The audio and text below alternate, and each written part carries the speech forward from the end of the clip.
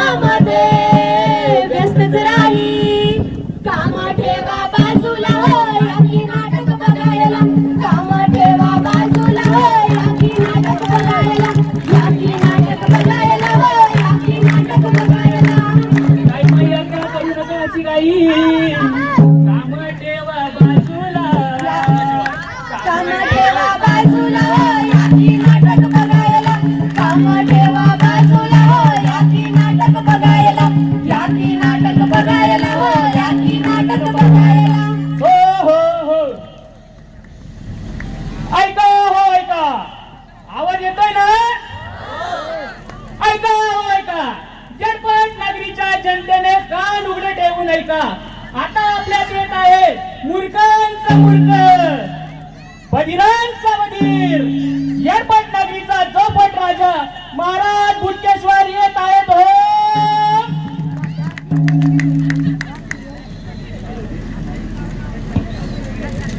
काय हो प्रजा, काय चाललंय माझ्या राज्यात? महाराज तुमच्या राज्यात एकदम सुरळीत चाललंय बर का? हो का? हो. हो, मग माझं राज्य तर एकदम आदर्श राज्य आहे.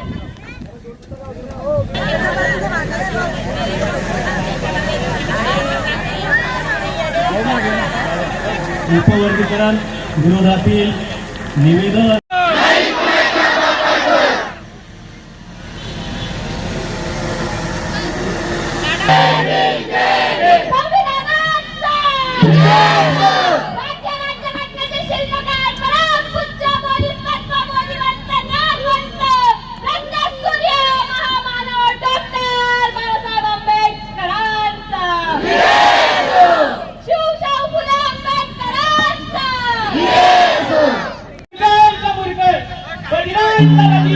झटपट नागरीचा चौपट राजा महाराज बुटकेश्वर येत आहेत हो. कसं चाललंय माझ्या प्रजात राज्य? महाराज ही जी प्रजा आहे ती एकदम सुरळीत चालली बर का? हा का? हो. हो, मग माझं राज्य तर खूप आदर्श राज्य आहे. आदर्श म्हणावं लागेल महाराज, कारण तुम्ही चुकीचे निर्णय घेता. आम्हाला बरोबर म्हणावे लागतं. तुमचं राज्य एवढा आदर्श चालू आहे की इथे जर एखाद्याने प्रश्न विचारला तर त्याला विचारलं जातं तुला प्रश्न विचारण्याची परवानगी कोणी दिली? माझं राज्य एकदम आदर्श राज्य आहे. होय महाराज एकदम आदर्श राज्य आहे. महाराज, बोला प्रधानजी. एक खूप मोठी अडचण झाली आहे. अडचण? महाराज, इथे खूप मोठी अडचण झाली आहे. अहो, कोणती अडचण? महाराज, इथे संपूर्ण जनता एकत्र आली आहे. हो, एकत्र? हो महाराज. मग जनता एकत्र आली की प्रश्न विचारेल. प्रश्न विचारले की प्रशासनाला उत्तर द्यावं लागेल. आणि उत्तर द्यावं लागलं तर मग महाराज उत्तर द्यावं लागलं तर प्रशासन काय करेल माहिती आहे? यांनाच आपापसात भांडण लावेल. आणि हे जेव्हा आपापसात भांडण लावतील तेव्हा सरकारचं काम बाजूला होऊन जाईल ना. म्हणजे हे आपापसात भांडतील तेव्हा राजा काय काम करेल? काहीच नाही. बापरे, मग मला तर काहीच काम नसणार व माझ्या राज्यात मी काम नाही करणार व. आंबेडकर आंबेडकर आंबेडकर आंबेडकर आंबेडकर आंबेडकर आंबेडकर आंबेडकर आंबेडकर. हा प्रश्न आहे त्या समाजाचा ज्यांना शतकानुशतक अन्याय अत्याचार सहन करावा लागला. हा प्रश्न आहे त्या पिढ्यांचा ज्यांना शिक्षणापासून वंचित ठेवलं गेलं. आणि ही गोष्ट आहे त्या संघर्षाची ज्यांनी आपल्याला संविधान दिलं. पण सामाजिक न्यायांच्या चर्चांवर प्रश्न करताना पुन्हा एकदा महत्वाचा प्रश्न उपस्थित होतो, तो म्हणजे उपवर्गीकरण. उपवर्गीकरण, आरक्षणाचं उपवर्गीकरण. मला असं वाटतं की त्यांना असं वाटत असेल की उपवर्गीकरण केलं म्हणजे यांना सगळ्यांना समान संधी मिळेल.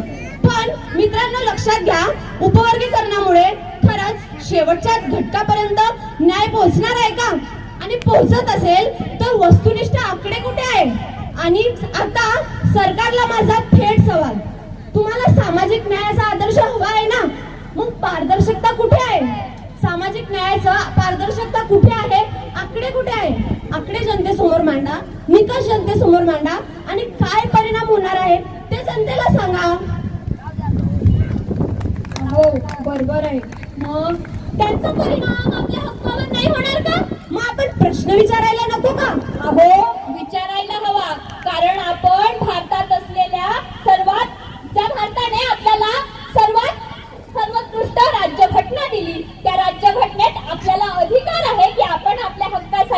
न्याय मागू शकतो. ज्या भारतात लोकशाहीची व्याख्या for the people, by the people, as the people is me democracy अशी आहे.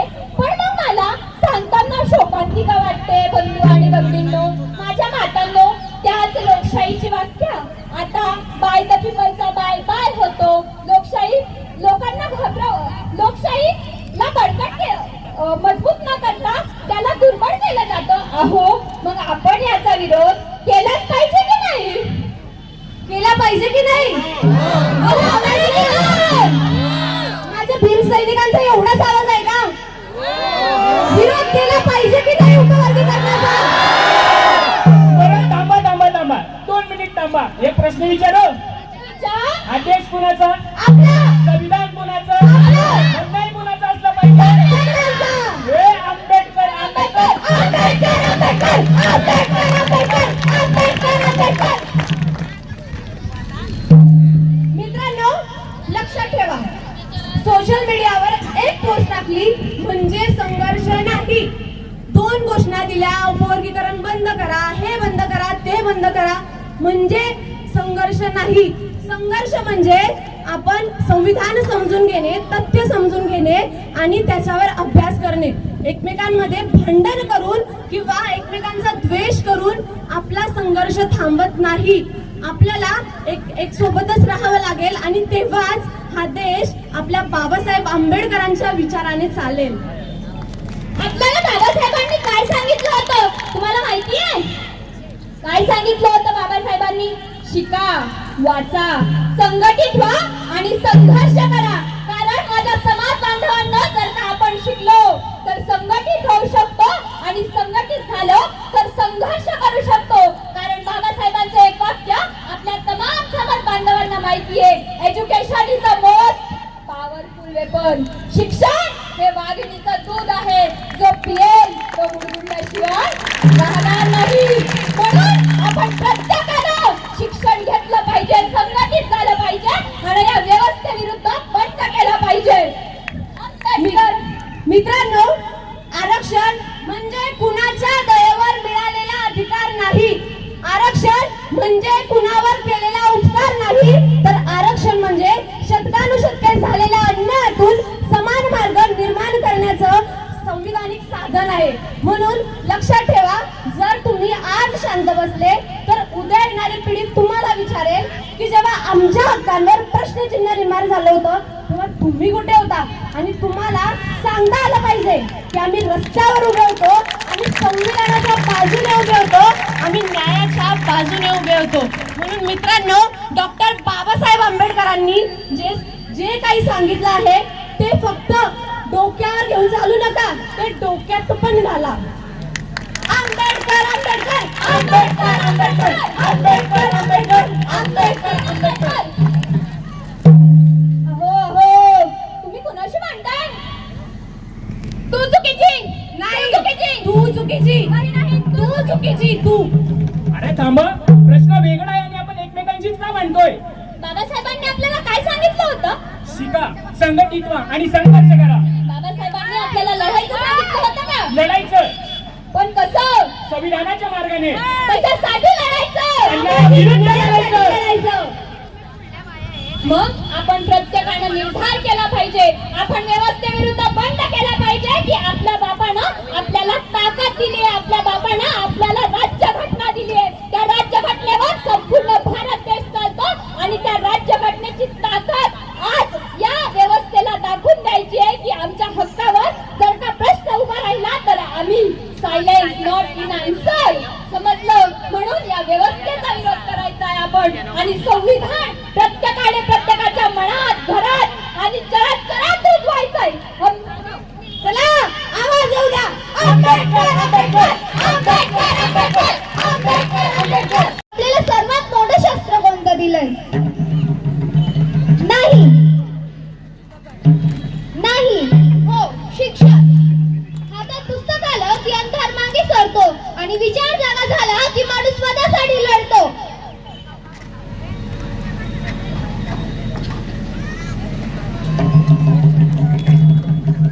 कसं वाटलं नाटक? कसं वाटलं नाटक आमचं? टाळ्यांचा आवाज आला नाही.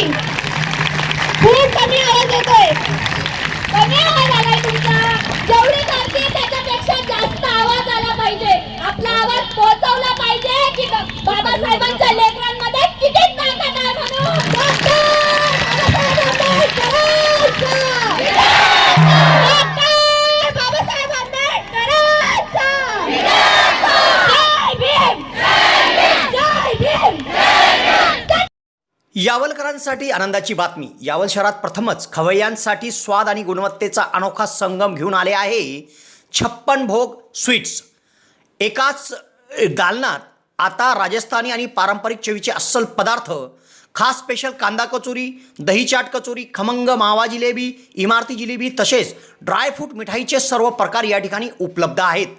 चविष्ट केसर पेढा, माव्यापासून बनवलेल्या विविध मिठाया या ठिकाणी आपल्याला मिळतील. कलाकंद, रसमलाई, रबडी, लस्सी, श्रीखंड असे विविध ताजे पदार्थ या ठिकाणी उपलब्ध आहेत. तर येथे सुप्रसिद्ध राजस्थानी स्पेशल पाणीपुरी देखील दररोज उपलब्ध आहे.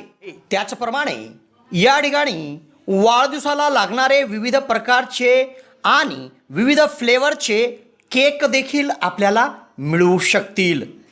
यावल शहरातील कृषी उत्पन्न बाजार समितीच्या संकुलात पंचायत समितीच्या समोर एक वेळ अवश्य भेट द्या. 56 भोग स्वीट्स, यावल.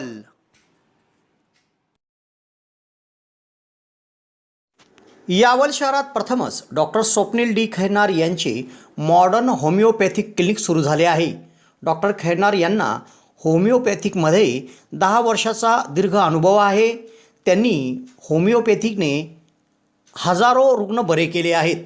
होमिओपॅथीमध्ये पेशंटला आजाराविषयी काय वाटते, पेशंटची भीती, चिंता, टेन्शन या सर्व गोष्टी लक्षात घेऊन तसेच पेशंटला असणारा त्रास आणि त्या त्रासामुळे दैनंदिन जीवनात येणाऱ्या अडचणी पूर्ण समजून घेऊन योग्य तो उपचार केला जातो.